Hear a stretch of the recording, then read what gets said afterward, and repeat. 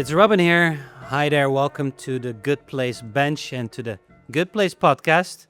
Last 2 days we've been part of the Utopian Hours here in Rotterdam, thanks to Stratospherica.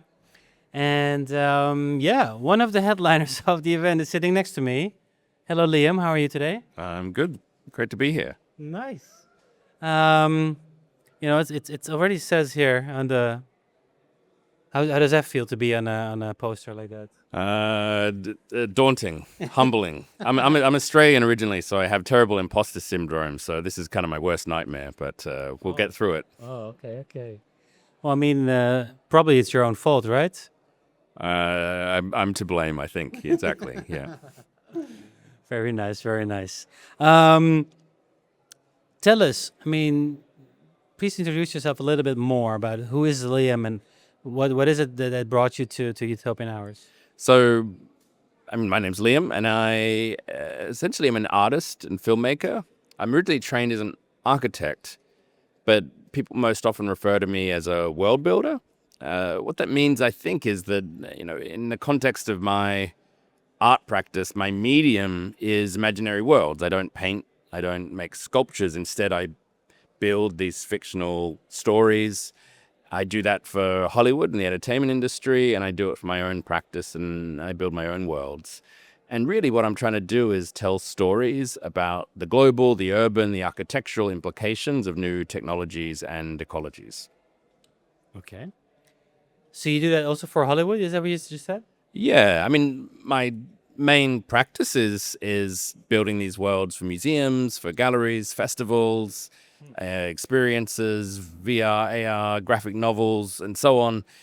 But one of the money gigs is consulting for Hollywood, working on other people's worlds. And I do that really because I'm really amazed at the power that the Hollywood machine has to connect audiences at scales that an architect or a designer might never be able to reach.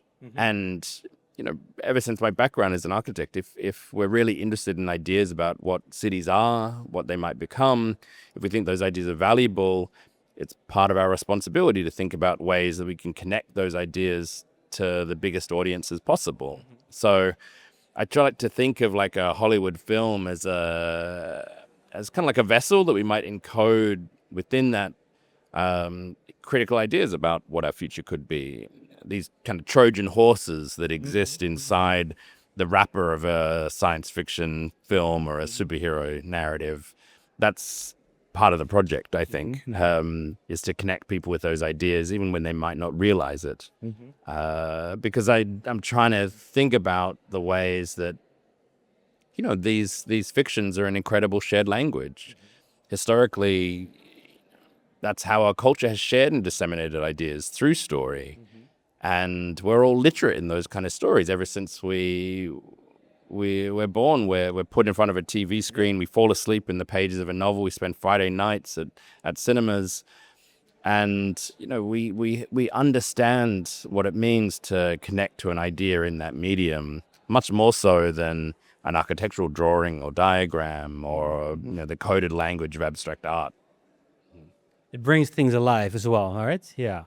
Yeah, it stimulates your imagination as well, yeah. Yeah, but most critically, especially when we're talking about like issues around climate change, for example, it allows us to form emotional relationships to a subject. I think we all probably understand the situation we're in. We know we're pretty screwed, but it's different when you see the rising red line on a graph, or when you watch a documentary. Somehow we can tune that out, or we've trained ourselves to tune that out. I like to think about an idea like data dramatization. We talk a lot about data visualization in the worlds of science, where you take complex data sets and find a way to visualize the patterns so that we can read them. But I'm much more interested in data dramatization, which is taking that same data set and finding emotional ways that we might relate to it and connect to it, how we're complicit in it. And that's how it sticks. That's how we end up making choices about changing our lives or joining a protest. And there's nothing more emotive than the medium of film and story. And that's, I guess, why that's the medium I operate in. And what brought you to Utopian Hours is a film.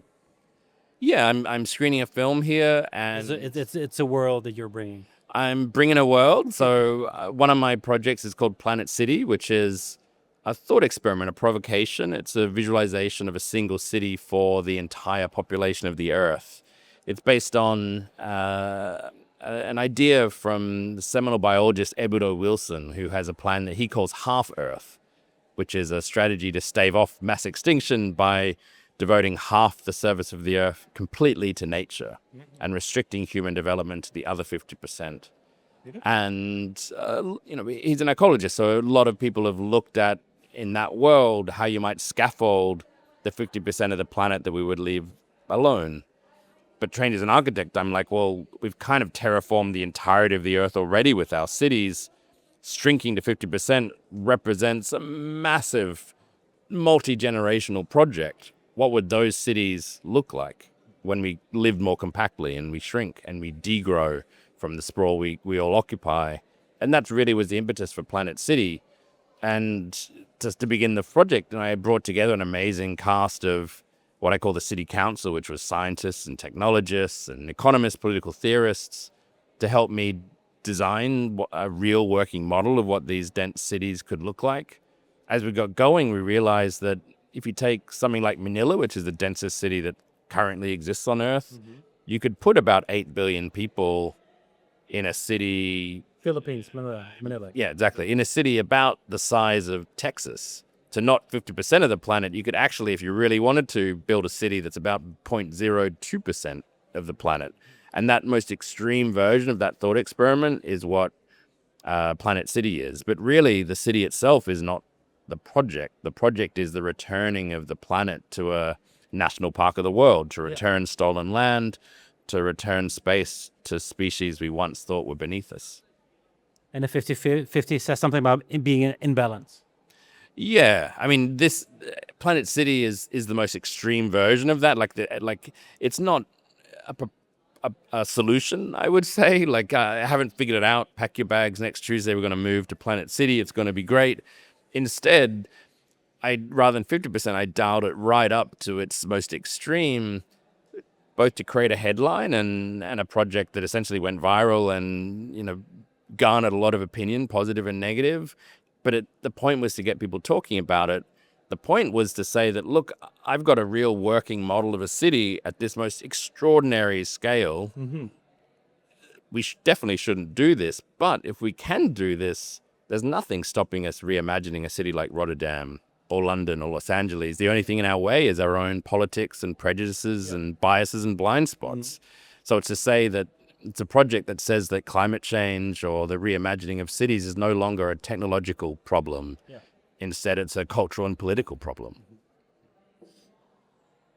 Is it fair to say that through your films, you're actually trying to build prototypes and test it of what it could be? I think that's a great way of putting it.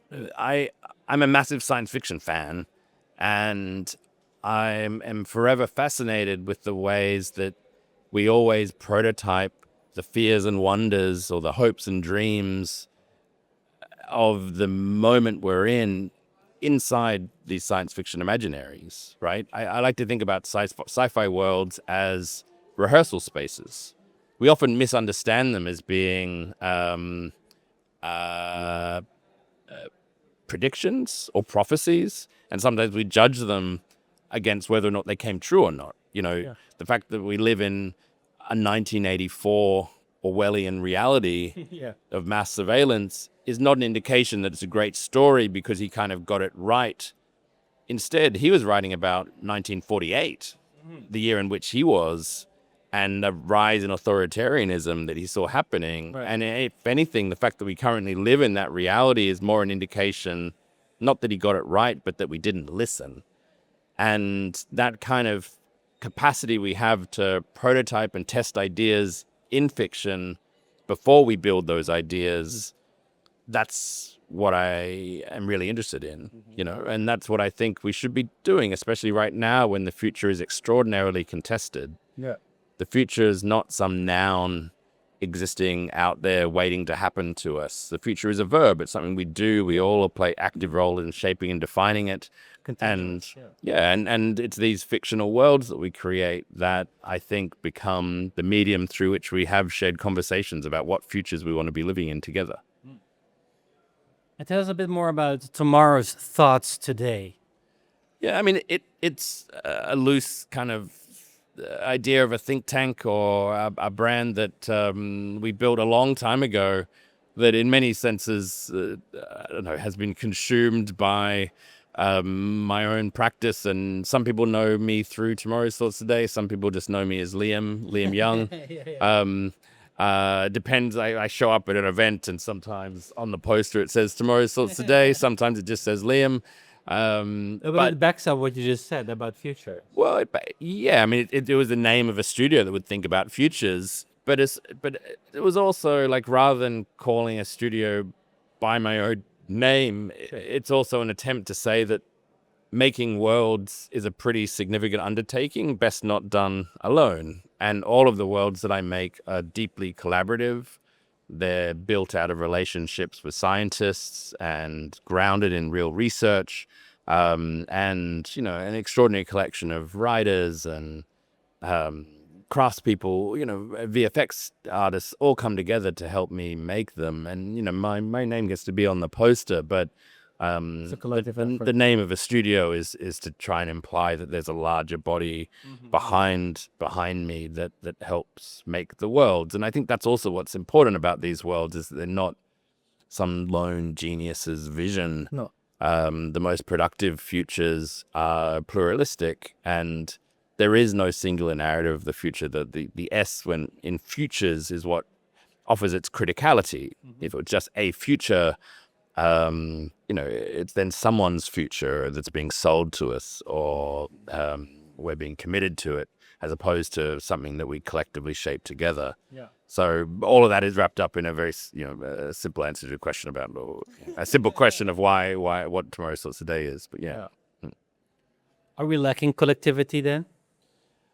I think the opposite. We have extraordinary capacity for collectivity at this moment. What we've seen in recent history is the largest gatherings of human beings on Earth that have been facilitated across the network. You know, like a hashtag or a Facebook post. What we talk about now is hashtag activism. You know, the global climate strike, the Women's March. These are things that formats that have brought bodies together at scales we've never seen before. You know, also like online spaces and, you know, collective imaginaries, both positive and negative, around like, you know, conspiracy theories of vaccines. New forms of collective action have allowed us to spread lies, have allowed us to elect an idiot to the presidency of the United States. So there's extraordinary collective action everywhere. The problem is Always for the better. Yeah, the problem is the morals and ethics that underpin that action. How do we start to shift that? I think is really the question. So, you know, we're in this really unique position, I think, where we're a generation that, you know, the first generation, I think, that simultaneously have the capacity to understand the issues and the problems we have, but also the technologies to solve them and to come together at scale to address them. The scary thing is we're not doing that right now, but, you know, it's still a pretty powerful place to be, on the edge of the potential for change. Yeah. Thank you for that perspective on collectivity. It's always a bit of my phrase, like, I feel everybody's too individualistic. They only care about themselves. But yeah, if you put it in that light, yeah, there's also a different side of collectivity. There's extraordinary ways we can be individual together, I think. Yeah. Is that a group of individuals? Yeah, exactly. Yeah. I mean, I think that's what's, I don't know, really interesting about this moment is that we used to start to define relationships, and I'm sure many conversations you've had on this bench have been about place, right? Like surroundings And connection. Yeah, and we used to define ourselves based on where we lived or where we grew up or where we're Belonging. from. But now like, there's many people that spend more time in the virtual world of a video game than they do the physicality of the city that they live in. There's many people that have much more meaningful relationships with an atomized collection of friends all over the world that they're connected through, a tingling optic fiber than their physical neighbors. Yeah. You know, I mean, even my own life in Los Angeles, I have no idea who lives on either side of me or behind me. But I have very intimate relationships with the whole collection of people who are online.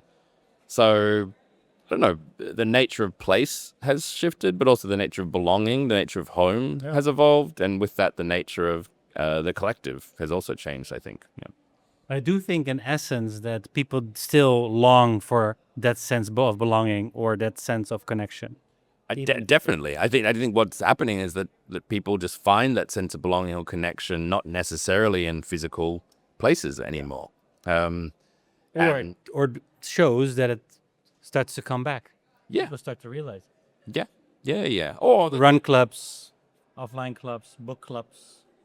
or hybrid forms of both, right? Like I think that we used to talk about like the virtual and the real as being two separate things, and I think they're totally outmoded terms. Like it's now physical and digital, but at the same time, our identity, our relationships are shaped in equal parts by them. Like that someone's digital relationship is no less fundamental to who they are than their physical ones. And that, we're both our digital selves and our physical selves, and people long for very deep, meaningful physical connections, but that's also augmented by other kinds of connections that they have in other parts of their lives as well. I do think there's certainly a groundswell, a movement back to the analog, perhaps as kind of an anti-AI gesture or as still a recovery process from COVID. But at the same time, I still think that those experiences, you might turn up at a book club, but that book club was discovered online and arranged, facilitated online, and the conversation started there and maybe continues there outside of the physical meeting in the coffee shop. Yeah, absolutely. It's like the 50-50 on Planet City. Yeah. Man, interesting. Yeah, exactly. Playing virtual and the real life. Yeah, I mean, it's funny. I one of the very first times I came to the Netherlands, I spent some time in Rotterdam with someone who lived on an oil rig or worked on an oil rig for half their time. An oil rig worker, it's funny, they live this strange life where they're kind of 2 or 3 weeks on the rig and then 2 or 3 weeks off the rig. And what they would do, I was fascinated. I would stay in their house when they were off the rig, and then they came home. And what they would do when they would be at home, they'd play this online game called EVE Online, which is a space mining game. What's unique about that game is that the physics, the time is real. So like if you're traveling from one planet to another planet on a mining expedition, you don't just like click next or skip and land in that planet, but you have to fly there for 9 hours. And it was obviously very difficult for him to maintain relationships when half the time you're out in the middle of the ocean. But he had all these intense relationships in this EVE Online space. So he would live this strange world of the oil rig and of its own time scales, its own shifts, different from kind of day-night time scales. And then he would live, when he was in the physical world, in the EVE Online fictional timescales of space mining. So he never, ever rubbed up against the realities of what Rotterdam was. Maybe when he had to do a run to the grocery store or something, but probably now, this was years ago, probably now you would just send out Uber Eats or something. So there are people that live these strange lives in places that are shaped both by technology and... It's fascinating to learn from, or to witness, or to observe. Yeah, and I think everyone has some degree of that. I mean, obviously that's an extreme example, and there's people extreme on the other end that have got rid of their phones or have these kind of analog kind of old school phones with just like black and green screens. And everyone's somewhere on that spectrum. But it's now a spectrum. It's not binary opposites. It's now just gradients. Yeah. Oh, very well. Shades. Yeah. Nice. Yeah. Liam, at the end of every conversation, I noticed I could talk hours with you about this, but we agreed to to cut. No, the final question is always about a good place, because you're sitting on a good place bench. Not so much about whether you are in a good place, but more like, to share with others watching, like, what can they do to create a good place or envision a good place or be inspired of what a good place is. I mean, all the future worlds that I make in my practice are really calls to arms, I guess. Like, what I'm trying to do is not present these worlds as solutions or prophecies, what I think we're going to end up with or what I think we should end up with. They're catalysts for conversation, but more so they're catalysts to get people thinking that they can start to imagine and shape their own imaginaries and their own futures.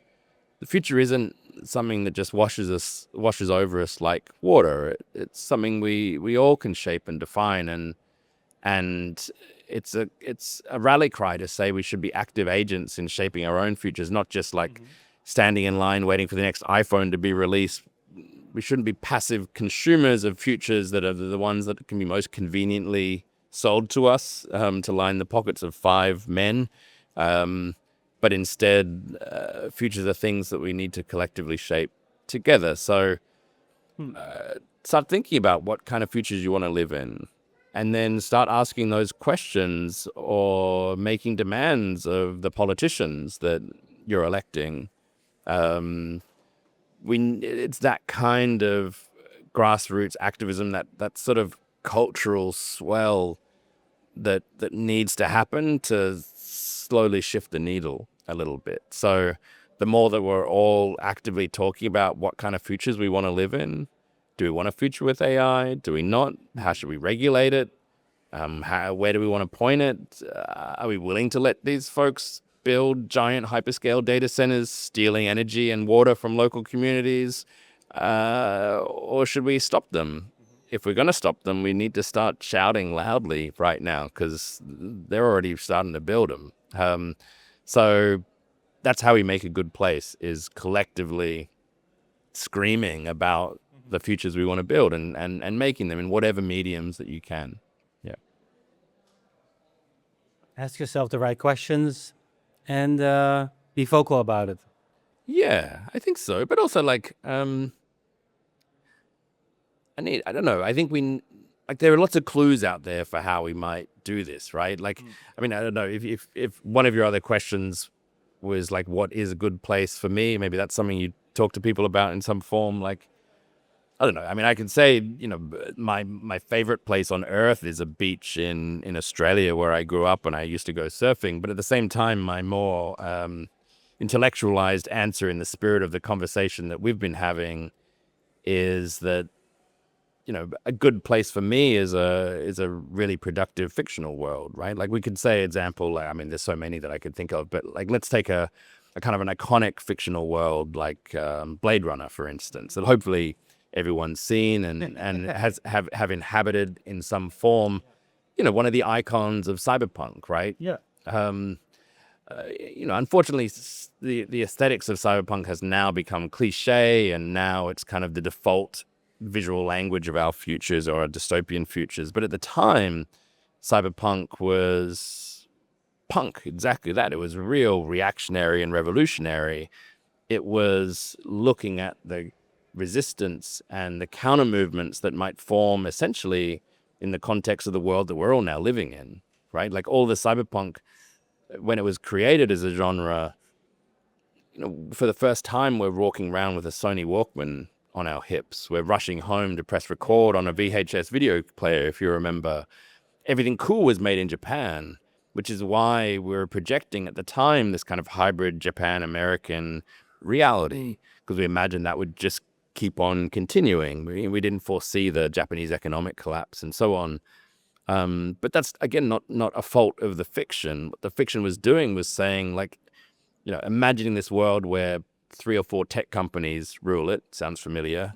And then what forms of resistance emerge in that context. And that's where we get the beginnings of hacker communities, resisting through code, taking technologies and using them for ways that they weren't intended.